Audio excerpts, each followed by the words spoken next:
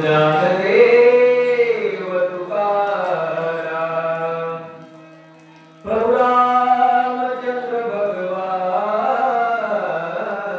की जय। कपिवर्य महारुद्र हनुमान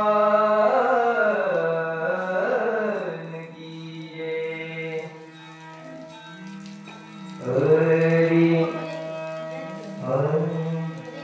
हनुमान अत्यंत विश्वासी अनुसरो निवासी आनंदी गमासी जेत भरता श्रीनिवास। श्री गणेशाला वंदना करून भगवान प्रभुरामाचे नमस्कार करून कथेला सुरुवात केली आहे। कथेचं अनुसंधान 4 पूर्ण झालेले 5व्या अध्यायाला सुरुवात झाली आहे। 1:15 वाजले आहे। मला वाटतं तुला वेळेवर 12 वाजताना 5 वाजता सुरुवात होईल, परंतु शक्यतो आमच्या मित्राला जास्त वेळ लागतो। असो सुरुवातीलाच महाराज डिक्लेरेशन देतात, हनुमान अत्यंत विश्वासी अनुसरो निवासी आनंदी रामासी जेत भरता श्रीनिवास। आपण सर्वच या ठिकाणी अध्ययन करण्यासाठी बसलेला आहात। भगवंताने आपल्याला खरंच देह रूपाने जीव रूपाने दान दिलेलं आहे।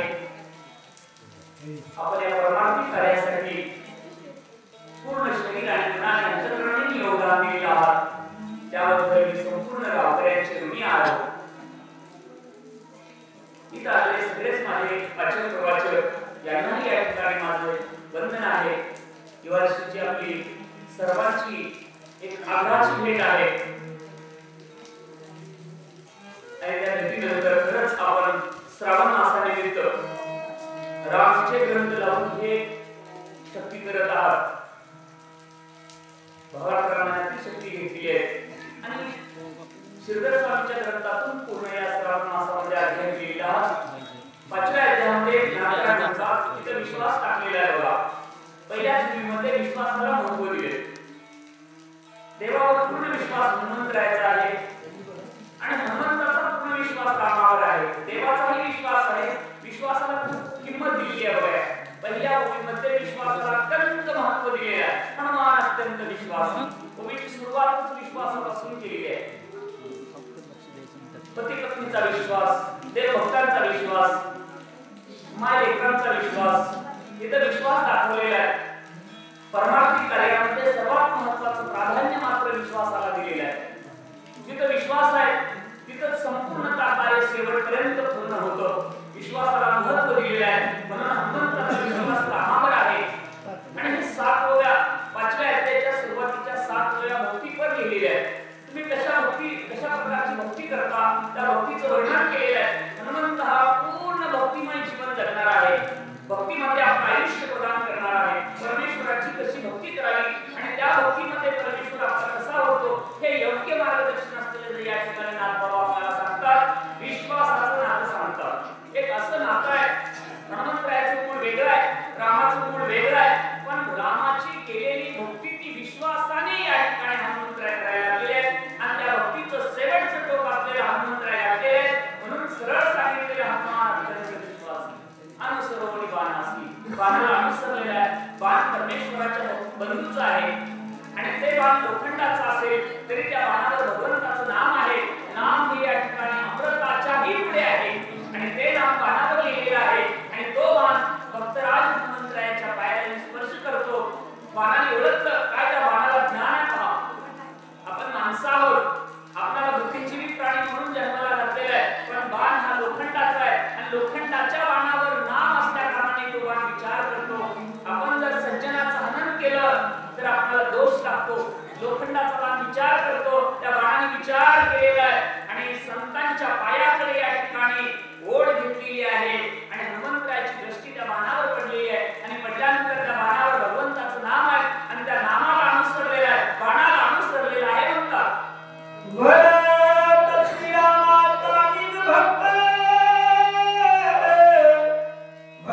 भक्ती मुलासी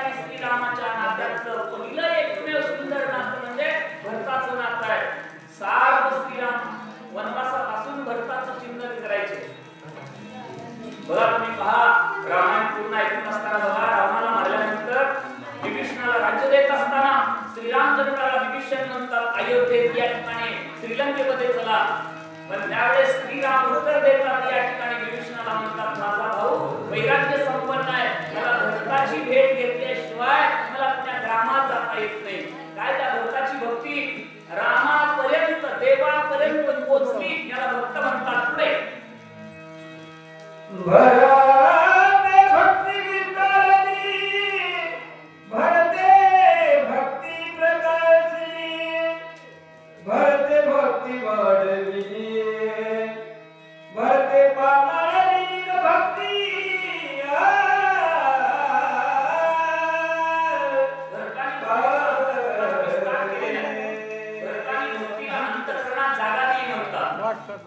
आपल्या अंतःकरणात भक्तीला देवाला जागा दिली, भक्तीला जागा दिली. तर एकदा लक्ष्मणाला बोलत असताना श्रीराम म्हणतात लक्ष्मण भरताला विरोध करायला लागले. राम आणि भरत भेटीमध्ये लक्ष्मणाच्या मनात भरताच्या भक्तीबद्दल संकोच निर्माण झाला. त्यावेळेस श्रीरामाने उत्तर दिलेले आहे या जगामध्ये जर भरतांचा जन्म झाला नसता तर भक्ती ही जगाला दाखवता आली नसती असं लक्ष्मणाला श्रीरामचंद्र म्हणतात. हे राम जगाला दाखवता आला, परंतु त्या रामाची भक्ती करणं हे जगाला दाखवून मात्र भरताने दिलं. त्या भरताचा विरोध म्हणजे तो माझा विरोध आहे की लक्ष्मणाला. भरताला विरोध करत आहेस तू म्हणजेच मला विरोध करत आहेस. ज्या अर्थी भरताला मारणार आहेस त्या अर्थी तो या ठिकाणी श्रीरामाला मारल्यासारखं होणार आहे. म्हणून आचार्य भक्तीचा भक्तीचं वर्णन केलेलं आहे. म्हणून भरताने भक्ती नव्हेच रामाला साठवलं, भक्तीला साठवलं, देवाला साठवलं. देवच आपला गुण घेतला. सावत्र असून देव आपला गुण. नात्याने भरत सावत्र आहेत बघा, नात्याने भरत सावत्र आहेत. नात्याने या ठिकाणी आता चपळे महाराज सांगितले रामाचं नातं हनुमंतरायाचं नातं. एवढं जवळचं नातं आहे त्याला वेद देखील शास्त्र देखील सलाम करते या नात्याला. सगळे देव तुकाराम महाराज सर्टिफिकेट देतात काय त्या भक्तीच्या वाटानंतर. हनुमंतरायाचं या ठिकाणी वर्णन तुकाराम महाराज या युगात करतात, त्या युगात केलेली भक्ती या युगात विचार करतात. म्हणून एवढे अग्रगण्य नाते रामाचे श्रेष्ठ आहे.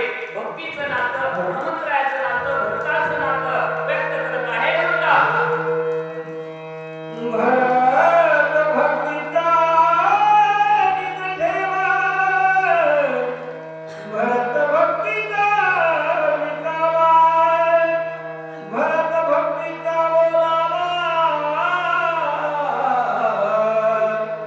भक्तीच्या गावाली गम भरता.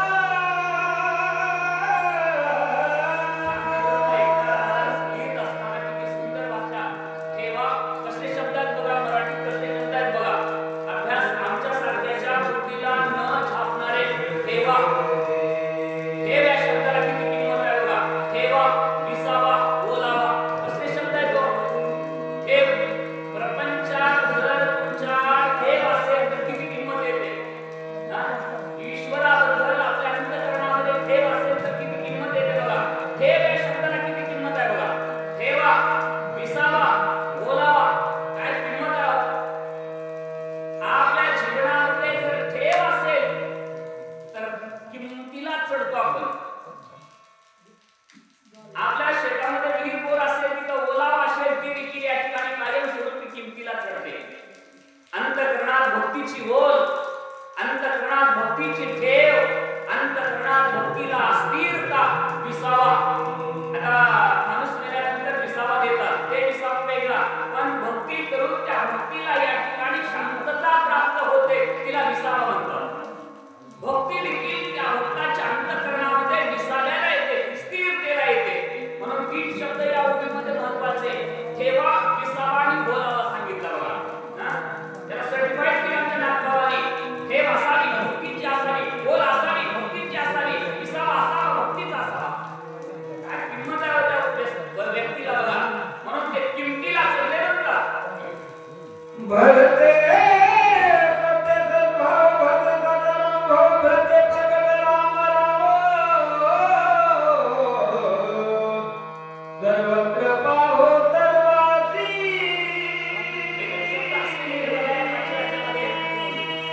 सत्य आणि सद्भाव म्हणे. खरं ते सत्य सद्भाव भाव असेल. भाव आहे मान्य आहे, तुमच्या आमच्याकडे भाव आहे.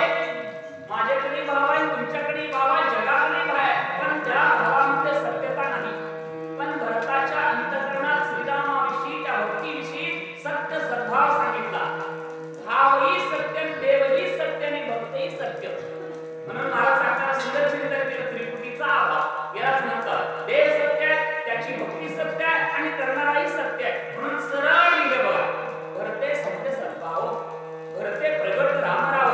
जिथं सत्यता आहे तिथं प्रगट व्हायला वेळ लागत नाही, जिथं असत्यता आहे तिथं प्रगट होण्याची या ठिकाणी कठीणता जाते. म्हणून भरताचा भाव सत्य आहे, भरताचा देव सत्य आहे. तर राम सत्य का असत्य आहे? रामाचं अस्तित्व या जगामध्ये सत्य आहे का असत्य आहे? सत्य आहे. देव सत्य आहे. सगळे देव अस्तित्वाला असत्याने असतील, पण माझा श्रीराम असलेला या जगामध्ये सत्य रूपाने प्रत्येकाच्या अंतरात्म्यामध्ये नांदतो. किती किंमत आहे बघा रामचंद्रांच्या या ठिकाणी जीवनाला. आणि तेच रामचंद्रांचं जीवन आपल्या संपूर्ण जीवनाला सत्य प्रदान करतं. म्हणून सत्य सद्भाव म्हणतात. भरत सत्य आहे, त्याचा भाव सत्य आहे आणि माझा देव देखील सत्य आहे. बोला प्रेम.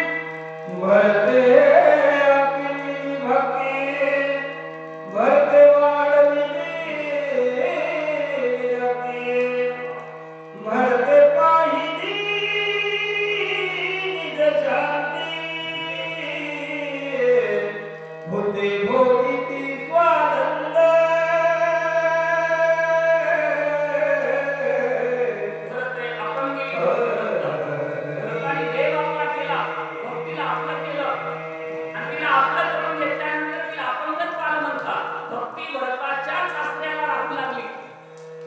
बघा, इतराच्या आश्रयाला न राहता ती भक्तीच भक्ताच्या आश्रयात आली. म्हणजे भरते अपंगिनी भक्ती. अपंगिनीच्या पुढची या ठिकाणी योग्यता सांगतात विरक्ती. आता विरक्त या शब्दाचा अर्थ सहज सहज सहज जर सांगायला म्हटलं तर माझं या जगामध्ये देवाविना कोणीच नाही. कोण आहे आपण? आपले नाते कोणते आहेत? सगळे नाते अर्धवट सोडून जातात. सगळे नाते अर्धवट सोडतात, पण देव अर्धवट सोडतो का आपल्याला? एखाद्या वेळेस जन्मदाती आई आपल्याला अर्ध्यात सोडते, एखाद्या वेळेस बाप अर्ध्यात सोडतो, एखाद्या वेळेस आपले या ठिकाणी सार्वभौम नाते अर्ध्यात सोडतात. पण देवानी आतापर्यंत कुणाला अर्ध्यात सोडले का सांगा? म्हणून संपूर्ण जगामध्ये देवाचं अस्तित्व या जगामध्ये कायम आहे, कायम आहे. आणि त्याच्यामुळे त्या भक्ताच्या अंतःकरणात विरक्त भाव निर्माण करण्याचं सामर्थ्य एकमेव परमेश्वराच्या अधिकारानेच, परमेश्वराच्या कृपेनेच होतं. कितीही आपण प्रयत्न केला तर आपल्या जीवनामध्ये संपूर्ण संसाराची आठवण न येणे हे परमेश्वराचाच अधिकार आहे, देवाचाच अधिकार आहे. आपण सोडावं म्हणलं तर सोडत नाही. कित्येक शास्त्राने सांगितलं, संतांनी सांगितलं, संसार सोडा, परमार्थ स्वीकारा, देव स्वीकारा. त्यांची कृपा झाल्याशिवाय हे सुटत नाही, ते मिळत नाही. वैराग्य कुणाच्या अधीन आहे, पण भक्ताच्या अधीन आहे म्हणतात. भरते वाढविली विरक्ती. त्यावर तुमचं नाव सांगितलं नाही, मोठमोठे होऊन गेले, तुमचा त्यांचा काय नाव घेतलं नाही. भरते वाढविलीच विरक्ती म्हणतात. भरतानीच त्या विरक्तीला वाढवलं आणि जो विरक्तीला वाढवतो त्याच्याच घरी शांतीचा या ठिकाणी अंकुर फुटतो. तिथंच शांती वास्तव्याला राहते. कुणाच्याही घरी शांती राहत नाही. नागबाबाच्या घरी शांती होती पण भगवान राबले बाबा. 12 वर्ष भगवान श्रीकंठाच्या रूपाने राबले. भगवान राबले याचा अर्थ जर तुम्ही लावायला बसलो तर तिथं काय होतं? शांती होती. आणि तेही शांती ब्रह्मरूपाची होती. अशी शांती नाही आमच्याकडे शांती येते, आज येते उद्या निघून जाते. पण 12 वर्ष भगवान राबवण्याची शांती कशी असेल? म्हणून शांतीचं मोठीमंत उदाहरण भरताला सांगितलं. भरते वाढविली विरक्ती, भरते पाहिली निज शांती, भूते भोगीत स्वानंद. पंचमहाभूते असतील, बाहेरचे भूत असतील, आतले भूत असतील, जगातले असतील, त्या सर्वांवर प्रेम करणारा भरत काय म्हणतात? मला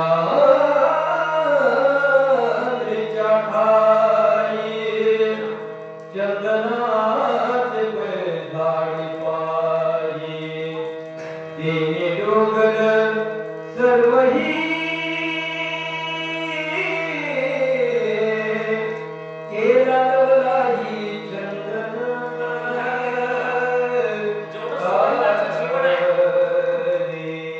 जेवढं सुगंधी जीवन आहे, जेवढं भक्तिमय जीवन आहे, त्याला किंमत सांगितली, त्याला उदाहरण दिलं. आता भक्ती करायची कशी केली भरतानी, त्याचं जीवन सुगंधी कसं बनलं, त्यांचं जीवन आनंदी कसं बनलं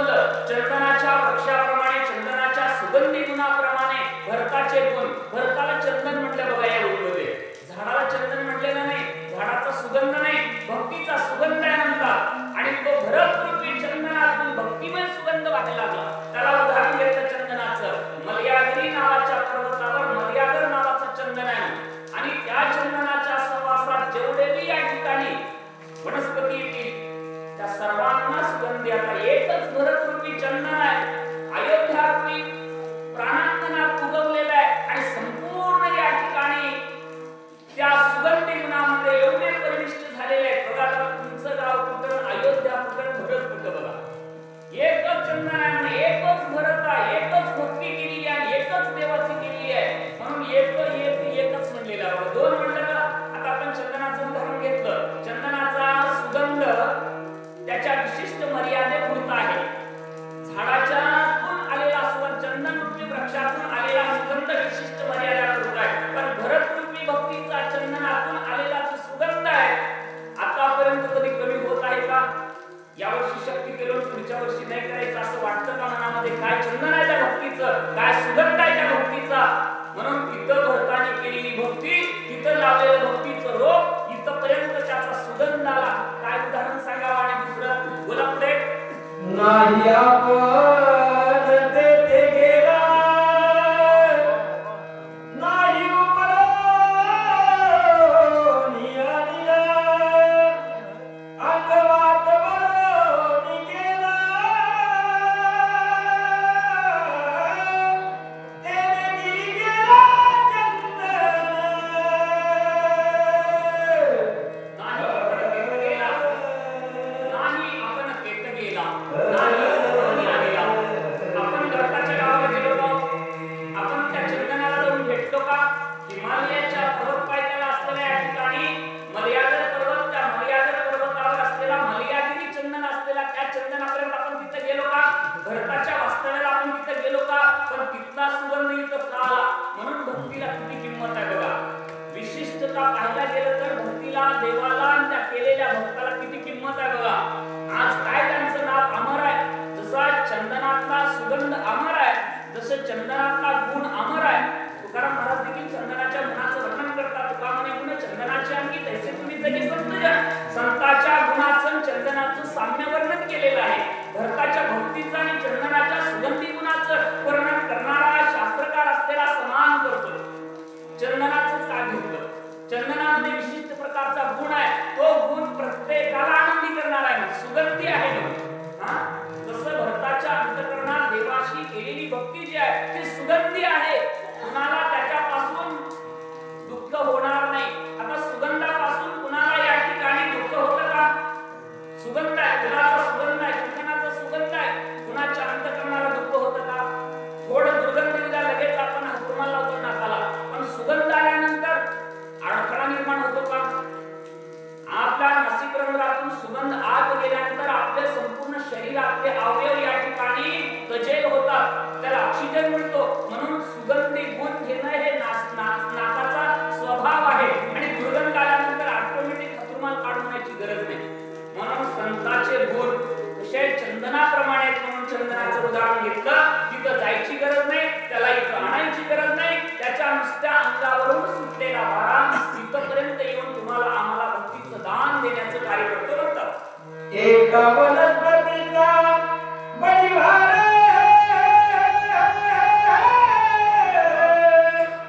चंदन गेला डोंगर,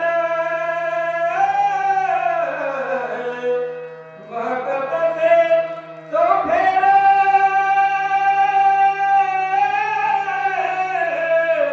सुवास फुलावलेला.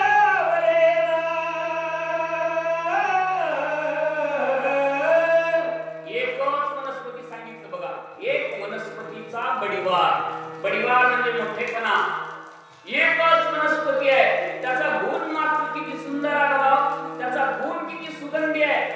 सुगंधी गुणाला किंमत आहे, त्याच्या मोठेपणाला किंमत आहे, त्या मधल्या तत्वाला किंमत आहे. मध्ये जर त्या चंदनामध्ये जर सुगंधी तत्व नसेल तर किंमत आहे का? वनस्पती बऱ्याच आहेत पण एकच वनस्पती अशी आहे, एकाचाच मोठेपणा आहे. एक वनस्पती एकाचा जेवढा मोठेपणा का शास्त्रकार वर्णन करतात, एकाच भक्ताचा का मोठेपणा करतात, ज्याने आपलं जीवन सुगंधी चंदनाप्रमाणे घडवलं, ज्याचं जीवन संपूर्ण जगाला आनंददायी आहे, सुगंधी आहे. भरताचं जीवन तुमच्या आमच्यासारखी कशासाठी आहे? तुमचं आणि आमचं जे जीवन आहे इतरांना त्रास देणार आहे, पण भरतांचं संतांचं जीवन कसं आहे सांगितलं इथं चंदनाप्रमाणे आहे. कुणालाही त्यांच्या जीवनामध्ये दुर्गंधता नाही, कुणालाही अडथळा नाही, कुणालाही त्रास नाही. म्हणून एक वनस्पतीचा परिवार चंदन केला असे डोंगर भक्त तसे चौफेर. कितीही लांब दूर दूर पर्यंत या ठिकाणी त्या भक्ती सुगंधाचा या ठिकाणी अधिकारी इतर जीव होतो. त्याचा मोठेपणा एवढा आहे, स्वतः भक्ती केली, स्वतः भक्ती करून अंगामध्ये सुगंधता निर्माण झाली आणि त्याचा अधिकार संपूर्ण 3 भुवनाला मिळू लागला. 3 भुवनाला, एका भुवनाला नाही, चौफेर म्हणे. आता चौफेर म्हणजे 4ही बाजूने कुणीकडूनही या ठिकाणी जर घ्यायला गेलं तर तो गुण सुगंधीच आहे. मग कुण्याही बाजूने घ्या, सुगंध कुण्याही बाजूने घ्या. एकदा सुगंध दरवळायला लागला तर तुम्ही कुण्याही बाजूने घ्या, सुगंध येतोच. तसं भक्तिमय सुगंध असलेला भरतरूपी चंदनाच्या अंगातून येऊ लागला आणि त्याचा एवढा मोठेपणा आहे, संपूर्णता जीवाला आनंदी करून सोडला म्हणतात. माझ्याची हृदयी भगवंत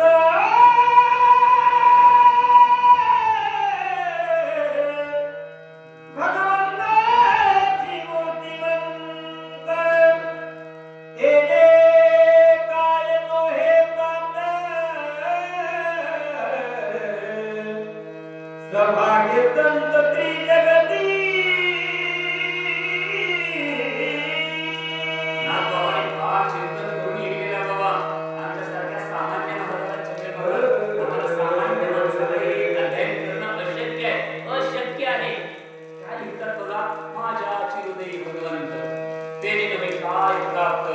ज्याच्या अंतःकरणामध्ये भगवंत वास्तव्याला आहे त्याला काय मिळणार नाही म्हणतात बघा. ते नव्हे काय प्राप्त सभाग्य संत त्रिजगती. या 3 जगामध्ये 31 स्वर्ग असतील, मृत्यूलोक असेल, 31 पाताळ असतील, या तिन्ही जगामध्ये श्रेष्ठ कुणाला म्हणलेला बघायचं? सभाग्य संत. नुसतं भाग्यवान आपण एखाद्या वेळेस या ठिकाणी भक्ती करून भाग्यवान हो, पण संत या जगामध्ये सभाग्य आहेत. देवाच्या भक्तीने सुगंधी गुणातून उतरलेले संत जगामध्ये 3 गुणामध्ये सभाग्य आहेत. माझ्या हृदयी भगवंत, तो भगवंत मूर्तिमंत. ते नव्हे काय प्राप्त. काय प्राप्त होणार नाही, काय मिळू शकणार नाही, काय मिळू शकणार नाही. एकही असा दिवस श्रीरामचंद्रांचा वनवासात गेलेला नाही. पत्नीची आठवण न करता राम असतील, आईची आठवण न करता राम असतील, बापाची आठवण न करता राम असतील, विश्वाची आठवण न करता राम असतील, पण भरताची आठवण न करता एकही क्षण रामाचा गेलेला नाही. असं अगस्तीच्या आणि रामाच्या संवादातून म्हणले. रामा, तुम्हाला निश्चित जगात कुणाची जास्त आठवण आहे? अगस्ती ऋषीला श्रीराम म्हणतात, माझ्या भरताची आठवण मला एकही क्षण बाजूला करत नाही, असं श्रीरामाने अगस्तीला सांगितले. म्हणून त्याच्यामुळे संपूर्णता भरतासारखे भक्त, तुकोबारासारखे भक्त, नामदेवरायासारखे भक्त, संतासारखे या ठिकाणी श्रेष्ठ दैवत देवाच्या हृदयात आहे. आता भरताचं ध्यान श्रीराम करतात. ते नव्हे काय प्राप्त सभाग्य संत त्रिजगती. भरत रामाचं नाव घेत असेल देव म्हणून, याच्यात काहीच वावड नाही, पण स्वतः श्रीरामचंद्र भरताचं नाव घेतो आणि प्रूफ करून सांगतो, माझं जीवन भरतावर अवलंबून आहे. त्या संपूर्णता भक्ताच्या हृदयांतःकरणामध्ये कुणाचं वास्तव्य उभी सांगते की देवाचंच वास्तव्य आहे. मूर्तिमंत भक्तीचं रूप म्हणजे भरत आहे म्हणतात. विषय समस्त राम रूपे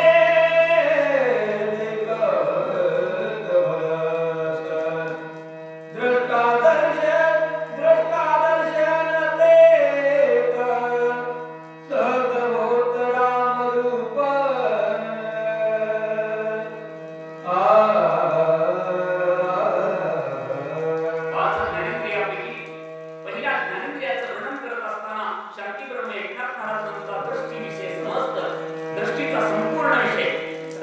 दृष्टीचा पहिला विषय काय असेल? दृष्टीचा पहिला मूळ विषय म्हटलं तर पाहणे. आपली दृष्टी पाहते, पाहण्याचं कार्य करते. पण इतर दृष्टीचा, भरताच्या संपूर्ण दृष्टीचं वर्णन करत असताना भरताच्या दृष्टीचं वर्णन आहे, तुमच्या आमच्या नाही बाबा. आपली दृष्टी जीवाकडे पाहत असताना भेद म्हणून पाहते, भेद म्हणून पाहते. आता तुमच्या आणि आमच्या दृष्टीला स्त्री पुरुष लहान मोठं दिसतं ना, पण भरताच्या दृष्टीचा संपूर्ण विषय राम रूपे देखत भरत. सहज वर्णन केलं. आपल्या दृष्टीमध्ये दोष आहे, दोन दिसतं, पण भरतांच्या दृष्टीमध्ये दृष्टी निर्दोष आहे म्हणतात. त्या दृष्टीतला अभाव संपलेला आहे, त्या दृष्टीतली या ठिकाणी त्रिपुटी संपलेली आहे. दृश्य द्रष्टा दर्शन देत सहज होत. सहज बघायला भरताने सहज डोळे जरी निवडले तर त्या दृष्टीला कुणाचं दर्शन होत होतं? रामाचं. अशी दृष्टी आपली बनली का? म्हणून सांगितलं शास्त्राने आपल्या दृष्टीमध्ये सामान्यता आहे, पण संतांच्या दृष्टीमध्ये असामान्यता आहे. त्यांच्या दृष्टीला जर पाहायचं म्हटलं तर देवापासून काहीच नाही. म्हणून सांगितलं जिकडे दृष्टी जाय तिकडे हरिरूप पाहिजे. आता उदाहरण नुकतंच घ्यायचं नाही, इथं सांगायचं. संपूर्ण दृष्टीचा विषय रामाची झालेला आहे म्हणतात. श्रवणी शब्द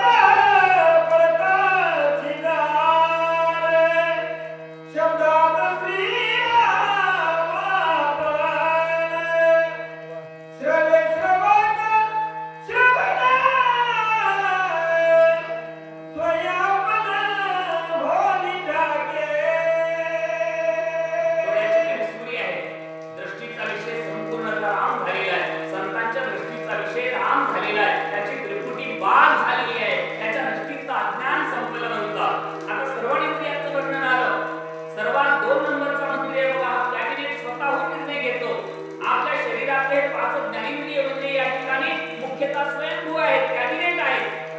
त्याला दुसऱ्याने निर्णय घे म्हणायची गरज नाही. आता तुमच्या कानावर शब्द पडत आहे ते स्वतः या ठिकाणी ग्रहण करण्याची त्या श्रवण इंद्रियामध्ये सामर्थ्य आहे. दुसऱ्याने सामर्थ्य आणून दिलं तर होत नाही. ते स्वयंभू आहेत. श्रवणी शब्द प्रकारची जाण म्हणजे बघा, शब्दांत श्रीराम. आपण शब्दही राम आहे, श्रवण इंद्रियही राम आहे. श्रवण इंद्रियाचा या ठिकाणी कार्यरत करता श्रीरामच आहे.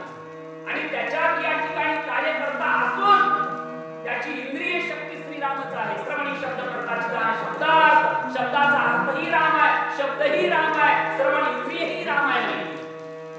आपले श्रवण इंद्रिय या ठिकाणी दिशा नावाच्या दैवतेवर चालतात, डोळा सूर्यावर चालतो. पण संतांची या ठिकाणी श्रवण शक्ती संपूर्णता ईश्वराच्या श्रावणावर, ग्रहणावर चालते. ग्रहण घेता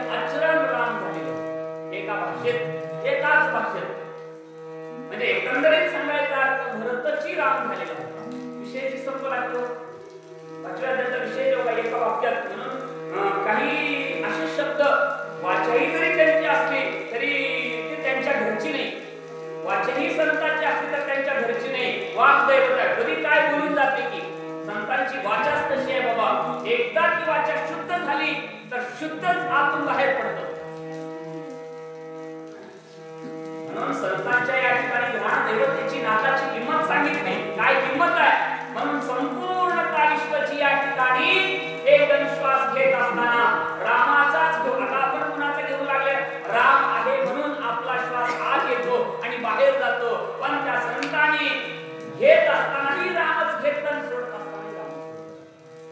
त्याची जी कार्यशक्ती आहे नासिकरंध्राची त्रिपुटीतून बाद झाली नंतर त्वचा देवताय स्पर्शासी तव ते गृहीते राम प्रकाशी त्वचा स्पर्श स्पर्शनासी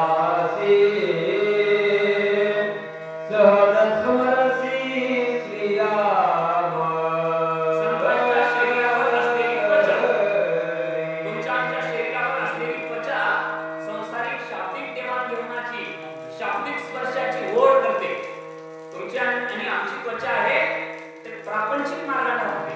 पण संतांची जी त्वचा आहे भरतासारख्यांची जी त्वचा आहे तुकाराम महाराजांसारख्यांची त्वचा जी आहे त्वचा देवताय स्पर्शासी तव दोही ते राम प्रकाशी. स्पर्श करून घेणाऱ्याच्या त्वचेमध्ये देखील राम आहे म्हणतात. त्यांच्या शरीरावर असलेली जी कापडी आहे त्वचा आहे तीच राम झालेली आहे. मग बाहेरचा स्पर्श कोणी जरी केला तरी या ठिकाणी तोही राम म्हणूनच करणार आहे. वा, तोही ते राम प्रकाशी त्वचा देवताय स्पर्शासी तव दोही ते राम प्रकाशी. त्या त्वचेमध्ये प्रकाश कुणाचा आहे? रामाचा आहे. स्पर्श केल्यानंतर आता आपल्या त्वचेमध्ये श्रीरामाचं अस्तित्व आहे. स्पर्श केल्यानंतर कळतं. मेल्यानंतर आपल्या त्वचेतली श्रीराम शक्ती निघून गेल्यावर स्पर्श करून बघा. मेलेल्या माणसाला स्पर्श करून बघा, त्याला जाणीव होते का? पण आपल्या शरीरामध्ये श्रीरामाचं अस्तित्व त्वचा रूपाने शाश्वत आहे आणि त्यांनी जर स्पर्श केला तर ओळखू येतं कुणीतरी मला स्पर्श केलं. शीत उष्ण मृदू कठीण त्वचेचा या ठिकाणी प्रभाव आहे. त्या प्रभावाप्रमाणे त्याची जाणीव होते. आणि मध्ये नसेल तर, मध्ये राम नसेल तर, म्हणून रामाला किती किंमत आहे बघा.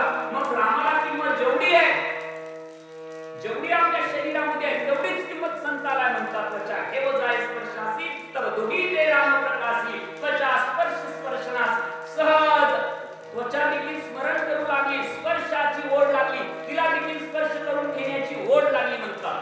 सहज श्रीरामाच्या स्पर्शात गेली म्हणतात. रसना रातली आवडी घेता राम रसाची गोडी त्रिपुटी झाली देश घडी. रसना मोसमी रसादे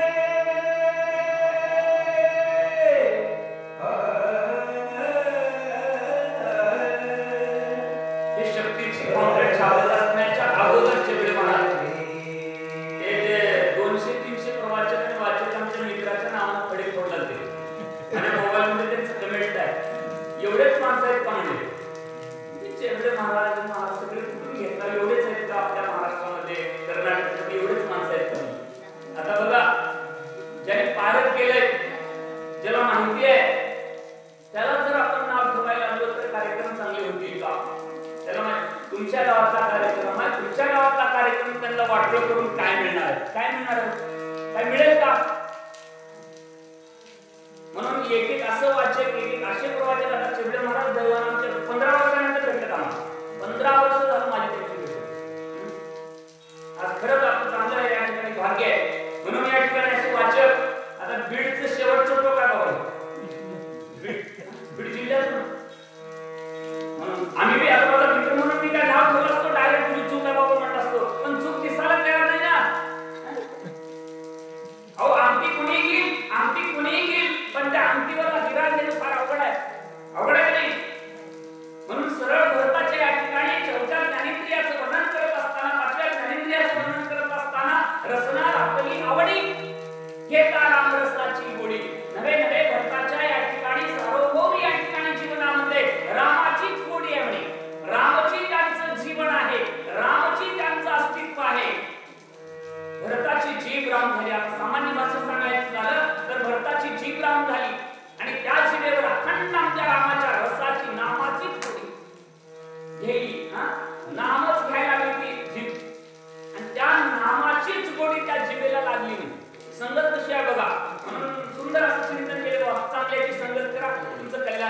एका भाषेत संगत करतात. जिभेने संगत, भरताच्या जिभेने कुणाची संगत केली? रामाच्या नामाची संगत केली. ऑटोमॅटिक अमृताची गोडी त्याच्या जिभेवर जाऊन थांबली. थांब म्हणायची गरज नाही. जीभ त्यांची संसाराच्या गोडीच्या ऐवजी नामाच्या गोडीत गेली असं सांगायचं. नामाच्या गोडीत गेल्यामुळे ती ऑटोमॅटिक जीभ संसारातून मुक्त झाली. त्याला गोडीत दुसरी आवडत नाही. नामाची या ठिकाणी गोडीत त्याचाच परिपाक जिभेवर तयार झाला आणि रसना ओसंडी रस आली. बाकी रसाला विसरली म्हणतात. बाकी रसाला विसरून एकाच नामामृत गोडीला ती रस झाली. रसना राखली आवडी. तिचा स्वभाव आहे राखणे, तिचा स्वभाव आहे विषयाकडे नेणे, परंतु तिला गोडी नामाची लागल्यामुळे विषय बंधनातून मुक्त झाली म्हणतात. चाखण्याच्या संबंधातून मुक्त झाली म्हणून चांगल्याच्या सहवासात नामाच्या संगतीत गेली म्हणतात. कर्म इंद्रिये अतिथी दक्षिणांच्या टोळाली कर्माची कर्मगती द्वेषा वर्तती निष्काम.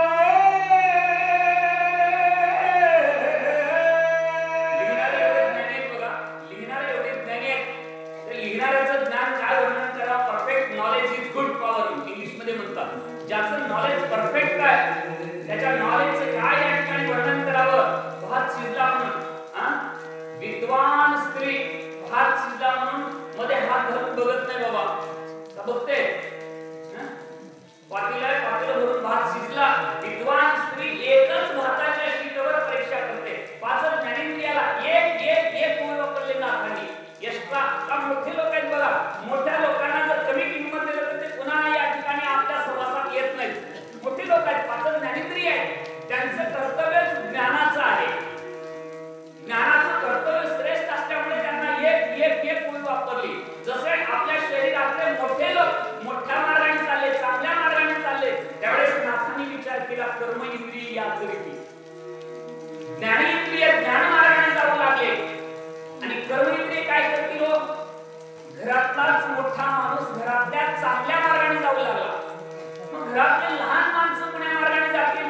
हे आपल्या घरातलं बोलायला लागलो. या घरातलं जीभ नाक कान डोळा हे चांगल्या मार्गाने जाऊ लागले, नाम मार्गाने जाऊ लागले, देव मार्गाने जाऊ लागले, भक्ती मार्गाने जाऊ लागले. मग कर्म इंद्रिय वाचा पाणी पाच शिष्ण बुध हे कर्म इंद्रिय एकाच ह्याला पाच वेळ वापरलं नाही बाबा. 5 वेळ ते 45 झाला असतं, 42 च्या ऐवजी 47 झाला असतं. विद्वान घेणारे एवढे विद्वान आहेत म्हणून तसले कवी जगामध्ये होणं कठीण बाबा, कठीण. हे जे काव्यकार आहेत, हे शास्त्रकार आहेत, हे सर्वात मोठे ज्ञानी आहेत बाबा. म्हणून भानुदासाचे कुणी महान विष्णूचा अवतार. हे प्रत्यक्ष ग्रंथ करणे म्हणजे विष्णूचाच अंश आहे. त्याचं त्यांनीच वर्णन करून घेतले. आपल्यासारख्यांना नुसते हे कोणी सांगणं होत नाही. जर सांगितलं तर असं येतं जवळ बाबा, येतं जवळ. मी तिथं जाऊन सांगितलो, माझ्यावर हुशार कोणी नव्हतं. आम्हाला उंबरटा हे आसन उचलू देत नाही बाबा. नेहते चक्रात म्हणून ज्ञानेश्वरांनी लिहिले यमाचा पाहुणा लिहिले, डायरेक्ट लिहिले त्यानं. उतरू देत नाही आम्हाला. तिथं माझा 1 नंबर आला म्हणतो.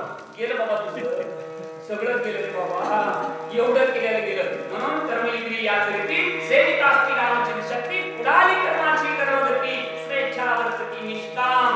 कर्माचा संबंध त्या कर्म इंद्रियाशी आहे, पण ते कर्माचा संबंध कर्म इंद्रियातून मुक्त झाला म्हणतात. ऐसा भरत राम कोदला तो देशची राम झाला. हनुमान अत्यंत सुखावला देखू लागला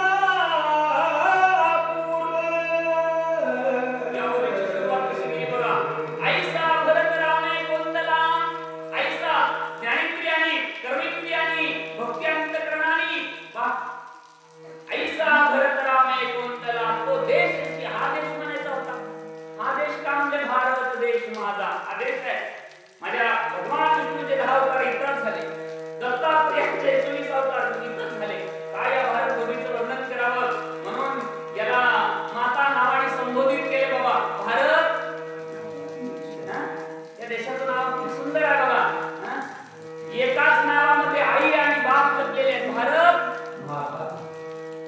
काय वर्णन केले बघा, कसे शब्द आहेत बघा, शब्द किती सुंदर आहेत बघा. आणि त्याचा अंगीकृत म्हणून ऐसा भरत रामे कोणत्या तो देश श्रीराम झाला. तो देश, हा देश नाही, हा देश हृदयरूप अंतःकरणामध्ये जो नांदत असलेला सार्वभौम या ठिकाणी देश, तो देश राम झाला म्हणतात. आणि हा देश राम झाल्यानंतर हा देश राम व्हायला वेळ लागत नाही का, लागतं.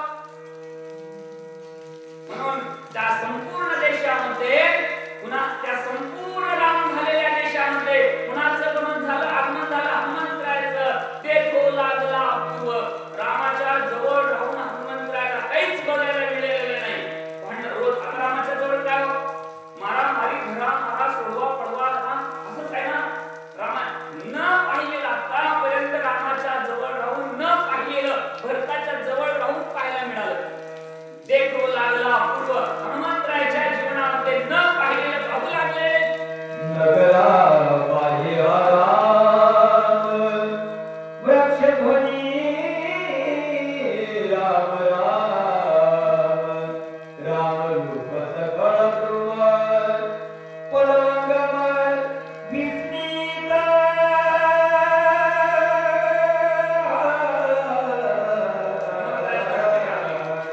हनुमंतरायाची दृष्टी भरत नगरीमध्ये गेलेली आहे. रामाच्या जवळ असून भरत नगरीकडे दृष्टीचं अवलोकन भरत हनुमंतरायाने केलं. भरत नगरीमध्ये गेल्यानंतर नगराच्या बाहेर पाहिले हनुमंतरायाने. नगराच्या बाहेर, भरताच्या नगरीच्या बाहेर, रामाच्या नाही, इथं रामाची नगरी म्हटले नाही. रामाच्या नगरीत म्हटलं का, भरताच्या बाहेरच्या नगरीत पाहिलं, भरताच्या आतल्या नगरीत पाहिलं. नगरा बाह्य आराम वृक्ष ध्वनी राम राम. वृक्षाची ध्वनी असेल, फार सुटल्यानंतर वृक्षातून ध्वनी निर्माण होते. आता देखील बघा तुम्ही, आता साधे एक चक्क्या बसले, फार सुटलं तर ध्वनी निर्माण होते. वृक्षातून ध्वनी निर्माण व्हायला लागले. आणि वाऱ्याचा स्पर्श जर वृक्षाला नाही झाला तर ध्वनी निघत नाही. वारारूपी या ठिकाणी त्या वृक्षाला हलवतो, ध्वनी निर्माण व्हायला लागले. आणि वाऱ्याच्या सहवासात वृक्ष गेले, भरताच्या संगतीत वृक्ष गेले. आणि त्या वृक्षातून ध्वनी काय निघायला लागली, राम राम राम असा उच्चार. वृक्ष ध्वनी राम राम राम रूप सकळ ध्रुव. ते बाहेरचे असतील, ते आतले असतील, शरीरातले असतील, पृथ्वीवरले असतील, सगळ्याच्या अंतःकरणातून, वृक्षाच्या अंतःकरणातून रामाची ध्वनी यायला लागली म्हणतात. दिशा गुरुची रामे तृणे कोकणी राम नामे वायुगते राम नामे यम रामे कोंदले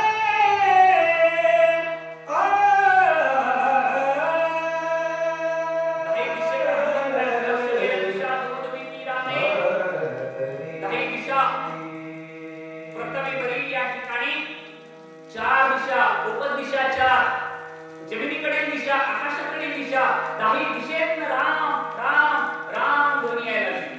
तिथं मात्र राम म्हणत असतील. सामान्य दृष्टी आहे ती, सामान्य कृती आहे का जीव सृष्टी आहे. त्या निर्जीव सृष्टीतून राम यायला लागलो.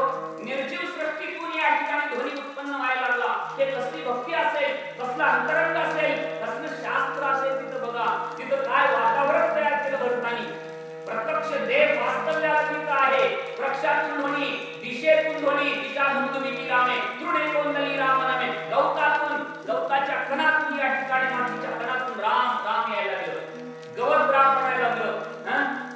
तृणे कोंदली, वायू वारा देखील सुटणारा वारा देखील राम म्हणायला लागला.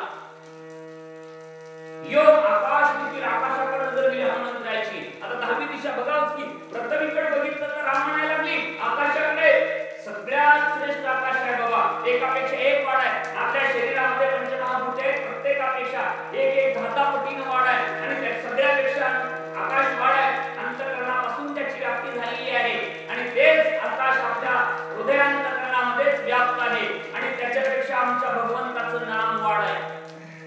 आकाश वाढ, नाम वाढ आणि नाम घेणारा सगळ्यापेक्षा वाढ. अनेक वाक्य सुंदर आहे बघा हे वाक्य. आकाशापेक्षा नाम वाढ आहे. ज्ञानदेव कुसे निवृत्तीशीचा गगनावरी वाढ नाम आहे. नाम घेणारा सगळ्यापेक्षा वाढ आहे बघा. आकाशापेक्षा देवा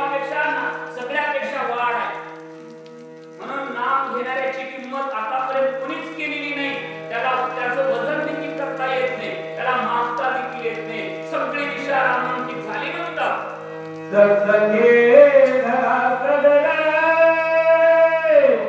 होते मागविते निरंतर साधोनी कठीण प्रकार मृदु प्रथमीचं तत्व सांगायला लागले. प्रथमी सत्संगामध्ये आले. स्वतःच्या संगतीत प्रथमीचं अस्तित्व आलं. संतांच्या सानिध्यात प्रथमी आली म्हणतात. सत्संगती या ठिकाणी या प्रथमीचा मूळचा भाग असलेला कठीण आहे. या प्रथमीचा भाग मूळ कठीण आहे. तो कठीण प्रथमीचा भाग आपल्या शरीरांतकरणामध्ये या ठिकाणी शरीरामध्ये कठीण रूपाने हाड रूपाने अस्तित्वमान आहे. प्रथमीचे तत्व आपल्या शरीरामध्ये 5 आहेत. प्रथमीचं मूळ तत्व 1 आहे. त्याचे उपतत्व 5 आपल्या शरीरामध्ये या ठिकाणी आज तागायत आहेत आणि त्यांना जात असताना आपण देऊन जावं लागेल. अस्थि मांस त्वचा नाडी आणि रोम हे प्रथमीचे तत्व जे आहेत ते कठीण रूपाने आहेत. पण त्या तत्वांना देखील स्वतःची संगत लागलेली आहे. परमेश्वराची संगत लागलेली आहे. सत्शब्दाची संगत लागलेली आहे. संतांची संगत लागलेली आहे. चांगल्याची संगत लागल्यामुळे कठीणपणा गेला आणि ते देखील मृदू झाले, अगवार झाले म्हणतात.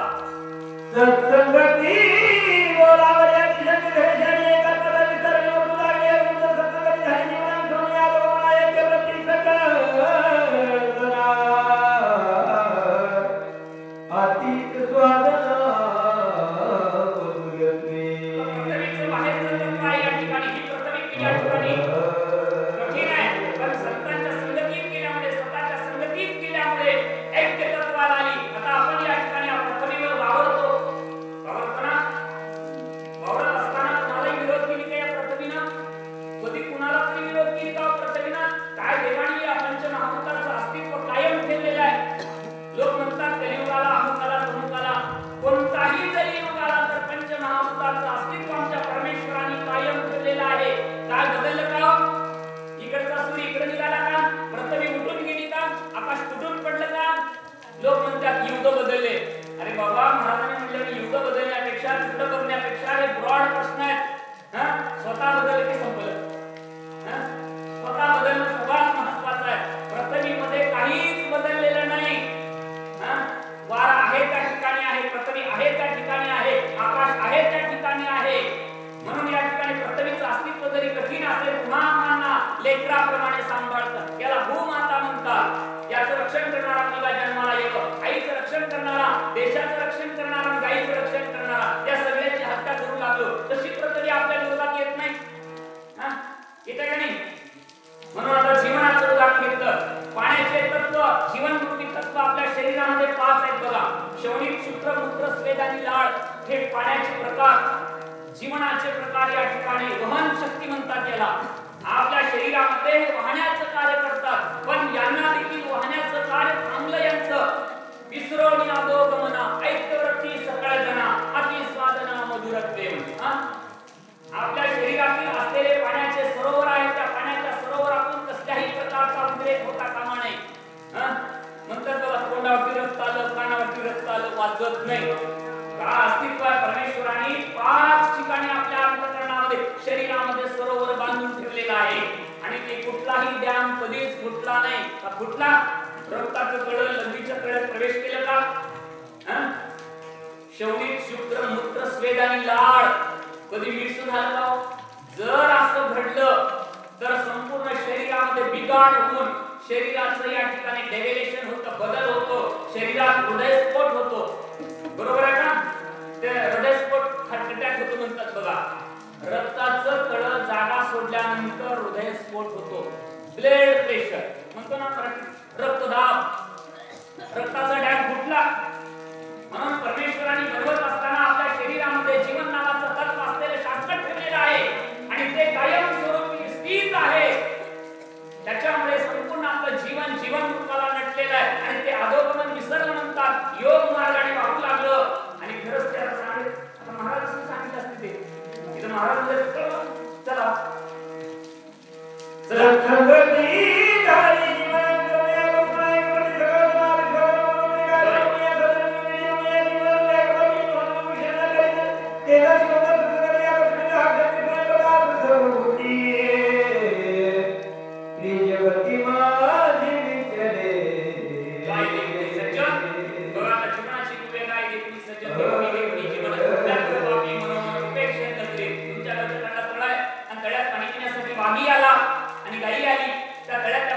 विरोध केला का? गाय दूध देते म्हणून प्रेम मानस या ठिकाणी स्वीकार केला आणि वाघ हत्या करतो म्हणून दुरावा केला का? दोघांनी समान भावी ज्ञानेश्वर तेच मी की व्याघ्राशी विष्णू कोणी मारू की गायीची कशा हारू. दोन्ही संतांचं विचार, दोन्ही संतांची रचना साम्य आहे बघा. माऊली ज्ञानेश्वर आणि एकनाथ महाराज यांचे विचार, यांची जी उदाहरणं आहेत ते साम्य आहेत. म्हणून आता जीवन मुक्तत्वाला प्राथमिक जीवन असेल या ठिकाणी आणि शरीरातलं जीवन असेल, बाहेरचं जीवन असेल, एक तत्वाला आलेला आहे. आणि आता या ठिकाणी किती बचाव ज्ञानी प्रकाशिले निज प्रभी त्यासी प्रकाशा गुणे नाही पारका दुर्वाजा पाही प्रकाश त्यासही ऐसाची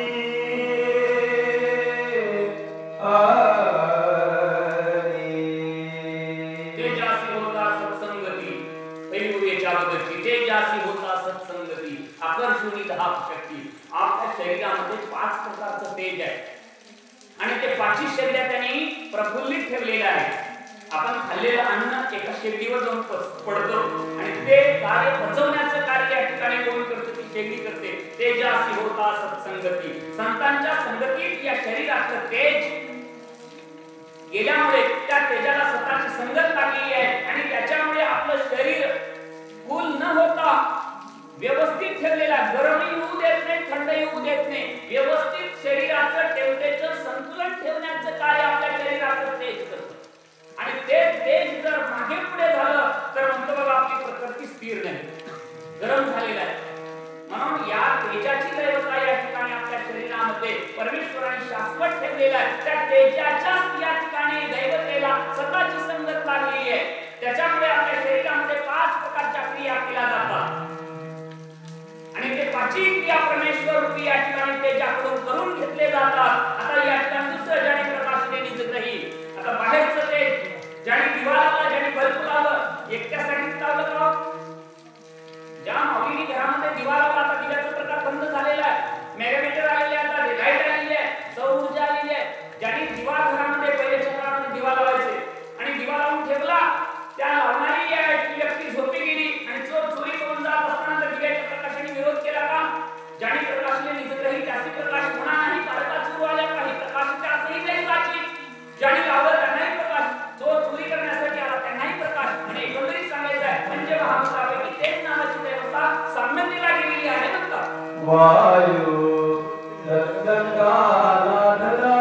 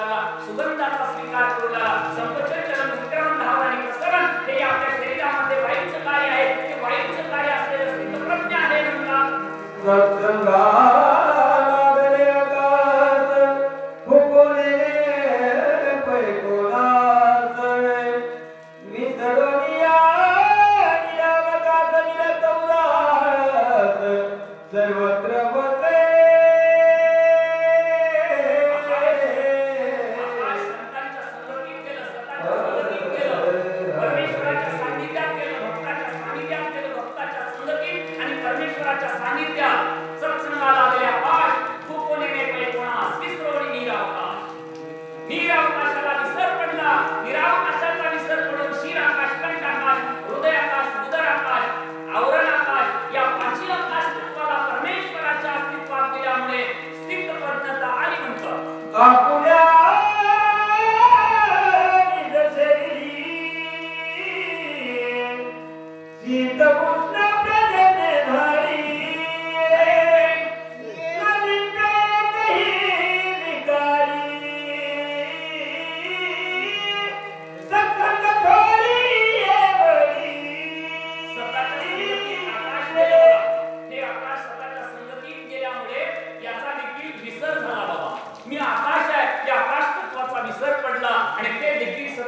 संगतीत गेलं म्हणतात.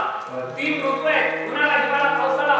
कधी तर पावसाळ्यात मला छत्री लावून आता पाऊस पडत आहे, मला कुणीतरी पांघरायला द्या म्हणतं का? उन्हाळा आहे, मला गरम होतंय, कधी आकाशाने म्हणतं का? मला थंड वाजते, स्वेटर मुकलेलं द्या म्हणतं का? एकही विकाराला न बळी पडणारा आकाश स्वतःच्या संगतीत गेलं म्हणतात. ऐसे नभरावगेची संत श्रीराम भजनी निरत धन्य भक्ती प्रतापे भरत सौभाग्यवंत नांदत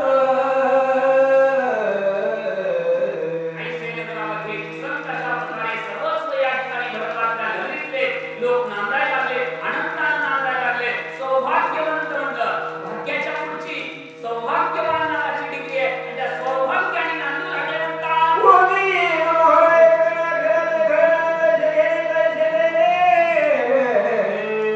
कोणाही उणे असेना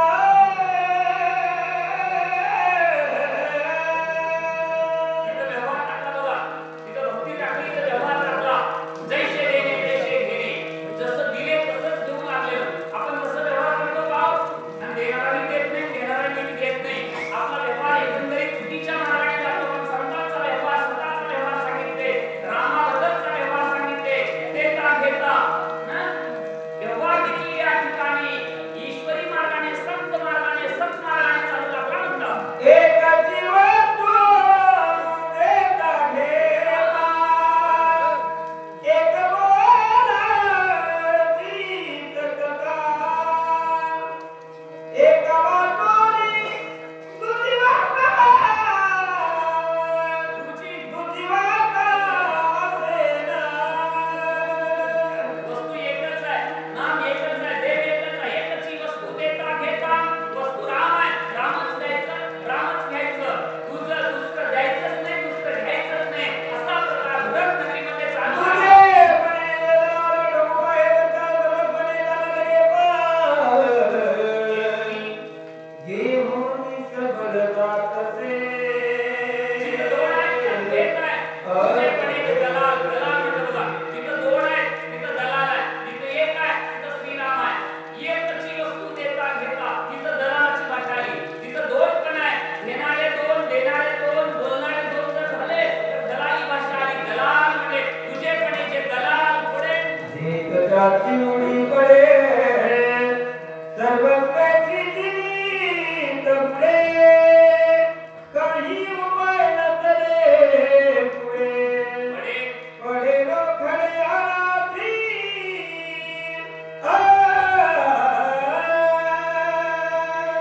चेतनाची उडी पडली, वेगवेगळी दलालाची चांगल्या जीवनामध्ये जर उडी पडली तर सर्वस्वी जीवित पुढे म्हणे. आपल्या जीवनामध्ये दलालाचा प्रवेश झाल्यानंतर आपलं संपूर्ण जीवन लयाला जातं म्हणू लागले. आंगळू मंगळू नंद भाता सगळे गणित आहे गणा प्राण्याला गळे सहसा दलाल दलालाय बेताचा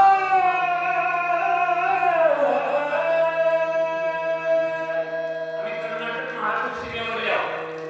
कर्नाटक महाराष्ट्र सीमेवर असल्यामुळे दलाली भाषा, सांकेतिक भाषा, अंगडू मंगळू भाषा. अंगडू हा शब्द, मंगळू हा शब्द कन्नड शब्द आहे. नाथांना कन्नड देखील यायचं बघा. कन्नड भाषा देखील नाथ महाराजांना येते. अंगडू मंगळू, अंगडू म्हणजे 8, मंगळू म्हणजे 9. बसवकल्याणच्या उमरग्याच्या बाजाराच्या ऐवजी जर आम्ही बसवकल्याणच्या बाजाराला गेलो, तिथे कन्नड भाषा कळत नाही मला, तुम्हाला देखील कळत नाही. मग तुम्ही एवढं रामायण सांगता का? कळत नाही. आता एक मुलीम राहतो दुकानात गेलो, 8 रुपये मीटरचा कपडा आहे. याची किंमत किती? 8 रुपये. पण सामान्य माणूस आहे म्हणून ते मालक नाही, मुलीला सांगतो सामान्य आहे, कळत नाही. अंगळूच्या ऐवजी मंगळू. मालकाला विचारल्यानंतर ते मुली म्हणतो केवढ्याला देऊ? अरे अंगळूचा आहे मान्य आहे, मंगळूला दे. 8 रुपयाचा कपडा 9 रुपयाला देतं. अंगळू मंगळू नंद भाषा आहे. ही व्यापारी भाषा, सांकेतिक भाषा आहे. पण तिथं ती भाषा चालत नव्हती. त्याचा या ठिकाणी बाल झालेला होता. भरत नगरी लोक चतुर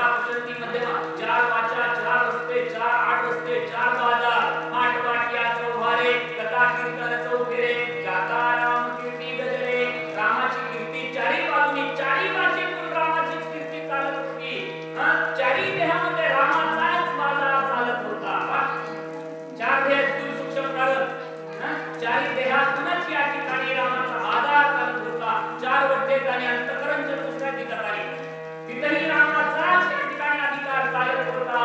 कथा कीर्तन चौफेरे गाता राम कीर्ती गजरे. रामाची कीर्ती या ठिकाणी सतत मुखामध्ये असते. आपले चारी वाचे चारी बाजारात चारी गल्ल्यामध्ये रामाच्याच कीर्तीचं वर्णन. झरे अंबर तुषारे अंबर नावाच्या आकाशातून प्रेमाचा या ठिकाणी पाजर फुटू लागला. पांडुरंग भरताचे मणी गेले शून्य परत पुरोणी. चैतन्य घन होणी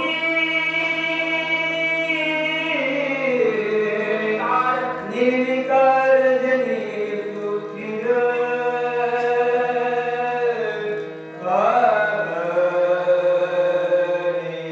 अनंत भरताचे मणी भरताच्या मनामध्ये आनंदाचं वातावरण. अनंत भरताचे मणी गेले शून्य. शून्य म्हणजे अज्ञान, शून्य म्हणजे अंधार. अंधारातून या ठिकाणी प्रकाशाकडे भरताचं जीवन जात आहे. अज्ञानातून सज्ञानाकडे जात आहे. अज्ञानातून ज्ञानाकडे परिवर्तन केलेल्या भरताचं जीवन. अनंत भरताचे मणी गेले शून्य. शून्य जाणे, अंधार जाणे, शून्य जाणे, अज्ञान जाणे. एकदा अज्ञान आलं, महाराज म्हणजे एकदा तूप झालं किती दिवस ठेवा, कितीही दिवस ठेवा. बाकीच्या अलीकडच्या प्रक्रियेला दुर्गंध आहे, पण एकदा संपूर्णता जीवन आनंदी झालं तर दुर्गंध आहे का? सुगंध आनंदी जीवन आनंद भरताचे मणी. शून्य गेलं, अज्ञान गेलं, ज्ञानाचा प्रकाश आहे म्हणता. गरजता राम नामे फुलुळे.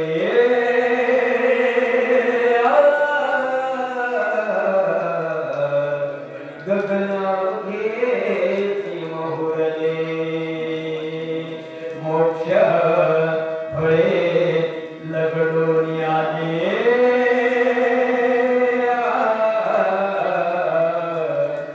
ऐक्य झाले हरिरंगी.